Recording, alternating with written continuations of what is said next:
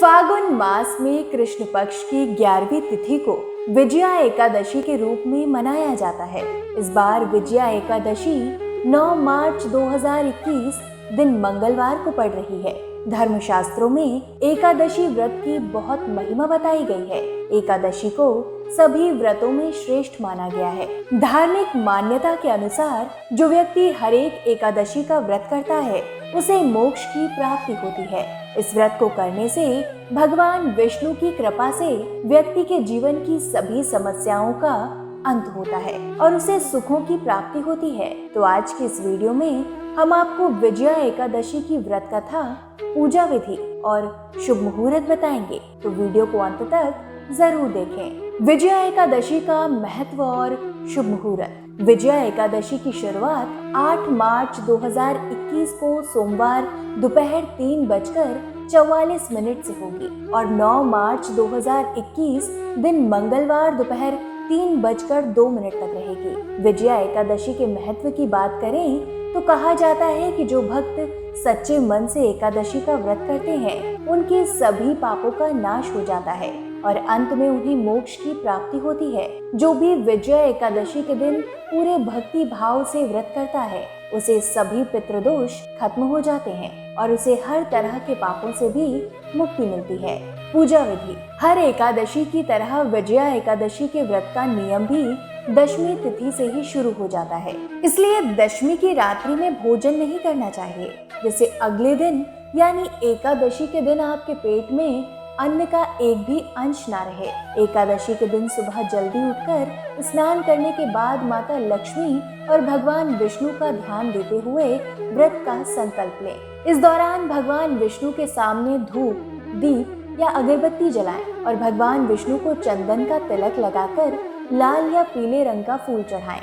पूजा खत्म होने के बाद आसन पर बैठकर एकादशी व्रत का महात्म्य पढ़ें। उसके बाद एकादशी के व्रत का पारण द्वादशी तिथि यानी एकादशी के अगले दिन किया जाता है। द्वादशी तिथि के दिन सुबह जल्दी उठकर स्नान करने के बाद भगवान विष्णु की पूजा करें और भोजन बनाकर किसी जरूरतमंद या ब्राह्मण को खिलाएं। दान दक्षिणा देकर उन्हें सम्मान के साथ विदा करें। उसके बाद ही पारण करें। विजया एकादशी की व्रत कथा।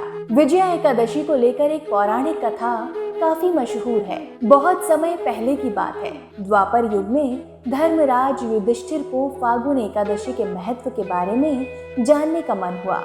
उन्होंने अपनी शंका भगवान श्री कृष्ण के सामने प्रकट की और महत्व के बारे में बताने के लिए कहा। भगवान श्री कृष्ण ने फागुन एकादशी के महत्व के बारे में बताते हुए कहा कि हे कुंती, सबसे पहले नारद मुनि ने ब्रह्मा जी से फागुन कृष्ण एकादशी व्रत की कथा व महत्व के बारे में जाना था। उनके बाद इसके बारे में जानने वाले तुम ही हो। बात त्रेता युग की है, जब भगवान श्री राम माता सीता के हरण के पश्चात रावण से युद्ध करने के लिए सुग्रीव की सेना को साथ लेकर लंका की ओर चले। तब लंका से पहले विशाल समुद्र ने रास्ता रोक लिया। समुद्र में बहुत ही खतरनाक समुद्री जीव थे जो वानर सेना को हानि पहुंचा सकते थे। चूंकि श्री राम मानव रूप में थे, इसलिए वो इस गुत्थी को उसी रूप में सुलझाना चाहते थे। उन्होंने लक्ष्मण से समुद्र पार करने का उपाय जानना चाहा, तो लक्ष्मण ने कहा कि हे प्रभु, वैसे तो आप सर्वज्ञ हैं, फिर भी यदि आप जानना ही चाहते हैं तो मुझे भी स्वयं इसका कोई उपाय नहीं सूझ रहा। लेकिन यहाँ से आधा योजन की दूरी पर वक्लादभ्य मुनिवर रहते हैं, उनके पास इनका कुछ न कुछ उपाय